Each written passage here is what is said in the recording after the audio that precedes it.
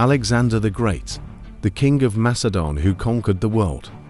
There are few names in history that remain alive in people's hearts and minds centuries later. One such name is Alexander the Great, whom we know in India as Sikander the Great. He was the king of Macedon, but his dream was to conquer the entire world. What he accomplished at such a young age still amazes historians today. Birth and childhood. Alexander was born in 356 BC in Pella, a city in Macedon. His father was King Philip II, a powerful and skilled ruler of Macedon. His mother, Olympias, was a courageous and mysterious woman who considered her son to be the son of a god.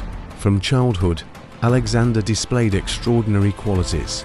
He was fearless, sharp-minded, and loved listening to stories of war. It is said that he tamed a wild horse, Bucephalus, in his childhood, which no one else could control. It was then that his father said, "Macedon will be too small for you. You need a larger empire." Education from Aristotle. The great philosopher Aristotle was appointed to educate Alexander.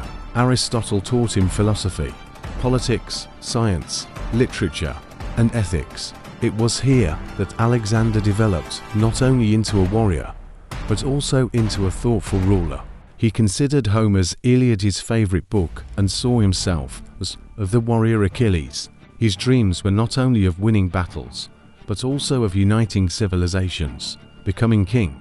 When Alexander was only 20 years old, his father King Philip was assassinated.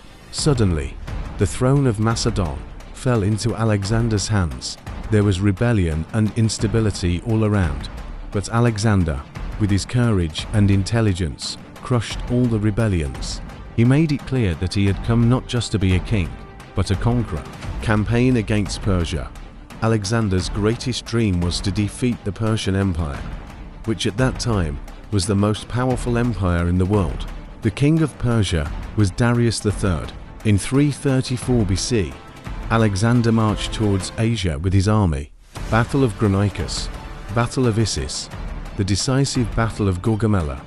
In all these battles, Alexander defeated Darius. After the victory at Gaugamela, the Persian Empire completely collapsed, and Alexander came to be known as the King of Asia, Egypt, and the title of God. Alexander reached Egypt, where the people welcomed him as a liberator. There he founded the city of Alexandria, which later became a major center of learning and trade. The Egyptian priests declared him the son of the god Amun. After this, Alexander began to consider himself divine, which also brought a touch of arrogance to his nature. Campaign towards India. After conquering Persia, Alexander's dream was to conquer India. In 326 BC, he reached India. Here he faced King Porus Purushottam, the powerful ruler of the Punjab region. The battle of the high-despised Jhelum River was extremely fierce, filled with elephants, cavalry, and soldiers. This battle was one of the toughest in history. Ultimately, Alexander won the battle, but he was so impressed by King Porus's bravery that he returned his kingdom to Porus. This is considered a great example of Alexander's magnanimity, army mutiny, and return. As they advanced further into India, his army was exhausted. Continuous warfare, rain, and unfamiliar territory had broken the soldiers' spirits. Near the Hyphasis River, the soldiers refused to advance further.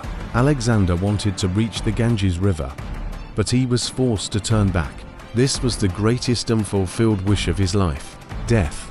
After his return, Alexander reached Babylon. Constant wars, injuries, and illnesses had weakened his body. In 323 BC, at the age of just 32, he died. The cause of his death remains a mystery to this day. Some believe it was illness, others poison. When asked who would inherit his empire after his death, he said, "To the strongest." Legacy. After Alexander's death, his vast empire crumbled, but his influence endured for centuries. He connected the civilizations of the East and West, spread Greek culture to Asia, and became immortal in history. He was not just a conqueror, but a man who changed the way the world was viewed.